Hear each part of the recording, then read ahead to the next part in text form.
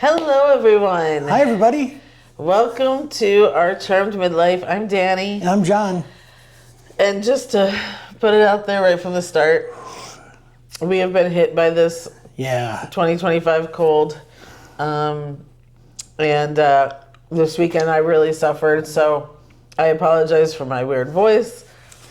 There will probably be many edits of me taking out my coughing fits. I have a lozenge in my throat, so I'm going to try and talk with that. I apologize for my weird voice too, but I can't blame it on a cold anymore. It's just a weird voice. Don't make me laugh. Oh, sorry. Okay. Starting now. Okay, so today, obviously, we are talking about Back in Action. This movie came out this past Friday, and we did watch it Friday, but then I was sick all weekend, so we couldn't talk about it until now. Without coughing. Yes, it is on Netflix. It is an hour and 54 minutes. It is PG-13. Mm-hmm. And here's the write-up. Oh, okay. Former CIA spies, Emily and Matt, are pulled back into espionage after their secret identities are exposed. So this obviously stars Cameron Diaz, Jamie Foxx, but also in there is Andrew Scott and Glenn Close and Kyle Chandler. A good amount of people. Yeah. I've been looking forward to this since they announced it. You have. Remember they made the big deal of Cameron Diaz coming out of retirement? Yeah. Like they got her on the phone with Tom Brady. Yeah. And they made this whole thing about her coming out of retirement. I've been very sad for the last 10 years because I've missed Cameron Diaz. And I think she might be a person that people either love or hate. I think.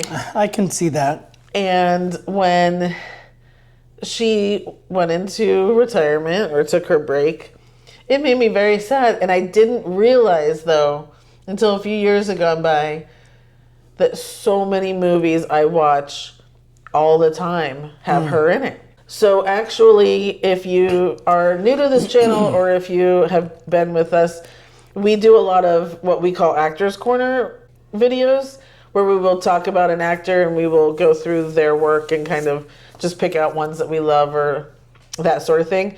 We will be releasing our Cameron Diaz video later this week. So subscribe so you can check that out and you can hear all about our kind of love for Cameron Diaz and what we've missed. Spoiler alert, we like her.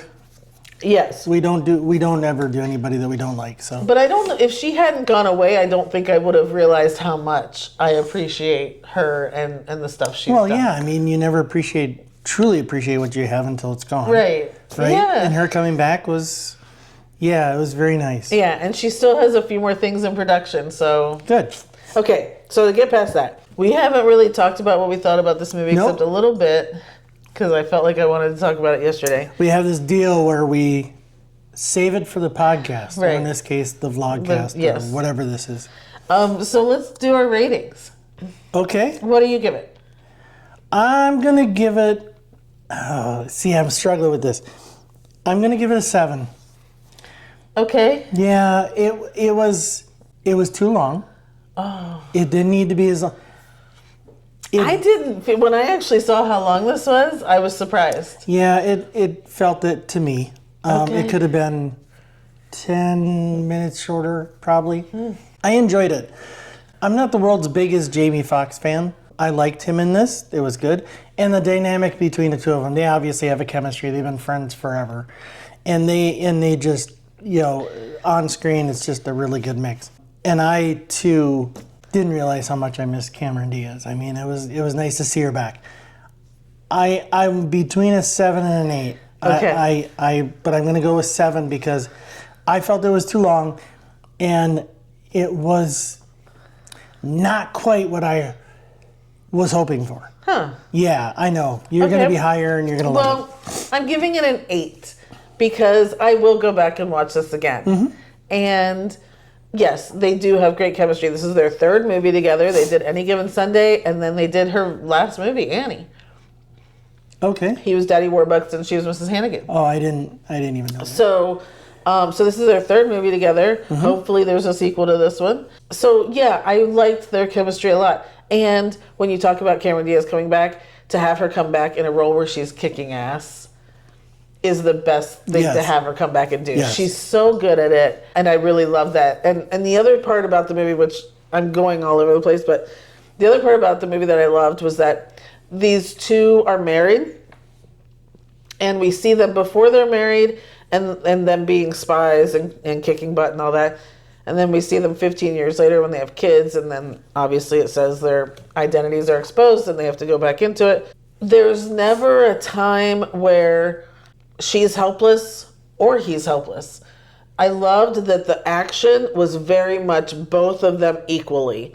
And that you could tell it was like they had been working together forever. And they knew who was, you were going to go do that one, and you're going to do that one, and you're going to kick this one. And then it was like, she's going to go grab the boat while he's doing this with the motorcycle. And like, there was never a time where it was like, oh no, I'm the mom and I have to like sit back and do, you know what I mean? Like, there was never any talk of that. It was very equal kicking butt all across the movie. Yes. And I loved that. Well, yes. And I think there are few people who can pull that off like Cameron Diaz can.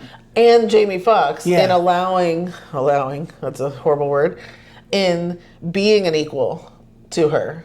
Yeah, I think you have to be open to it, and he obviously is. And I think you have to be, you have to have the presence to come up to her level. Why are you laughing? Oh no, I'm a mom. Sorry, that was just funny. Delayed? Yeah, it was in my mind the whole time. I couldn't not get it out. Well, now I'm lost. I'm sorry. That's okay. I'm sorry. I just think he comes up to her level and vice versa. Yeah, and they're just very equal together. Yes, 100%. So, my main thing about this movie was I think they're back in action. It's an action probably listed as. I told you if I had to tell someone, I would say it was a comedy. Yeah. I laughed a lot. Yeah. And so then when I went and looked up who did this movie, it was written and directed by Seth Gordon. And he's mainly done comedy work. So he has directed Atypical. So TV shows, Atypical, Goldberg's, Marry Me, Modern Family, The Office, Community, Parks and Rec. He's done episodes of all of those. Okay. The movies he's directed, Four Christmases, Horrible Bosses, Identity Thief, Baywatch, the Baywatch movie. So he's done a lot of comedies, and some have had a little action mixed in here and there. I felt like the comedy, and especially with these two actors, to me carried it, because a lot of the action, there's a lot of hokiness in the action, which we've come to expect in action movies these days. There is a suspension of belief in a lot of it. You can't have an action movie anymore without just kind of, well, how can we one up and do a stunt that's gonna, you know? Right. So that's to be believed. But I enjoyed the comedy and the kind of constant back and forth that was in the script, because it kept me really engaged. Yeah, absolutely. Yeah, and these two, I mean, you're not going to, just looking at it, I had no idea that this wasn't listed as a comedy.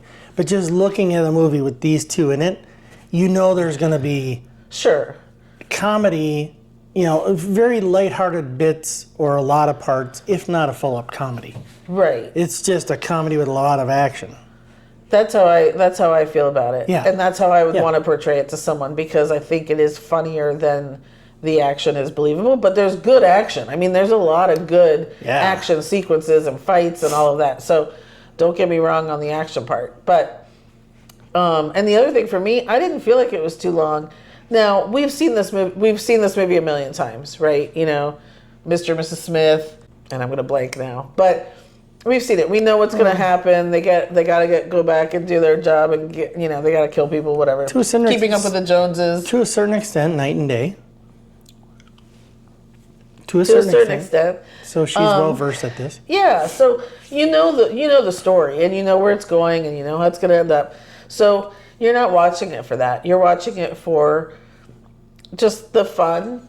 I mean, I that's how I want to describe this over and over again, as fun. And if this had been in the theaters, I think it would have been one of those like summer popcorn fun movies. Yeah. Yeah, and if I'd have paid $15 to see it, I wouldn't have felt bad about it. No, not at all. Yeah. Not at all. Because I want to celebrate Cameron Diaz as much as I can. So Absolutely. I'm okay with that.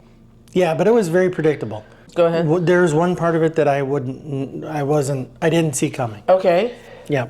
And it's a spoiler, so I'm not going to say anything. But there's a surprise. There is a twist at the end. A surprise. Huh. Yeah. Okay.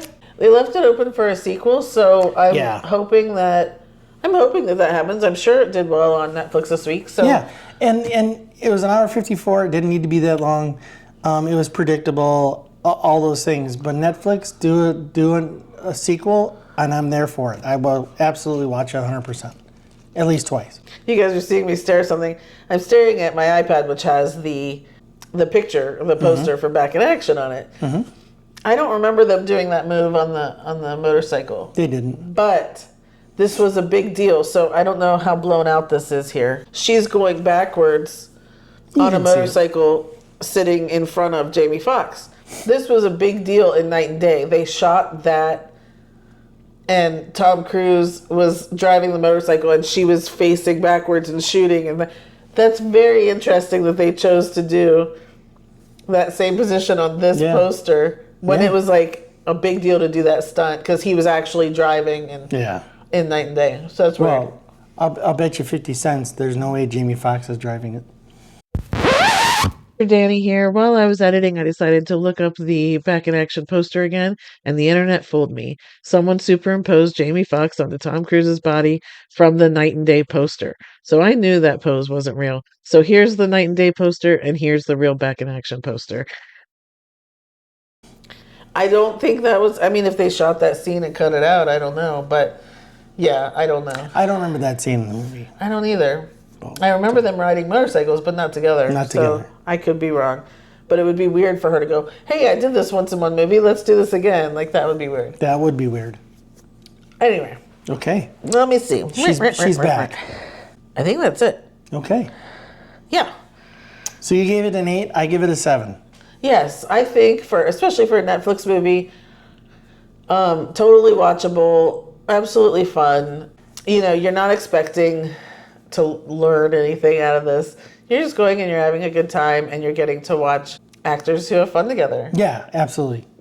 Yeah, the chemistry alone between the two is pleasant to watch. It's a fun watch. Absolutely. Yeah. Yeah. That is Back in Action. Woohoo! Again, if you could subscribe, then you will see when our Cameron Diaz video comes out later this week. We're going to talk about the movies we love, like, hate, secretly love, and the movies we haven't watched. So please stick around for that. Yeah. Comment below if you've watched Back in Action. What did you think? Or do you have a favorite Cameron Diaz movie or do you not? Have you not missed her in the last 10 years? I don't think I could be friends with somebody who didn't. Oh, no. Yeah. All right, everybody. Thank you so much for sticking around. Sorry for all of this. Sorry for that. Yeah. But we're trying to get through here. So thanks so much for watching, and we'll see you next time. Thanks, everybody. Bye.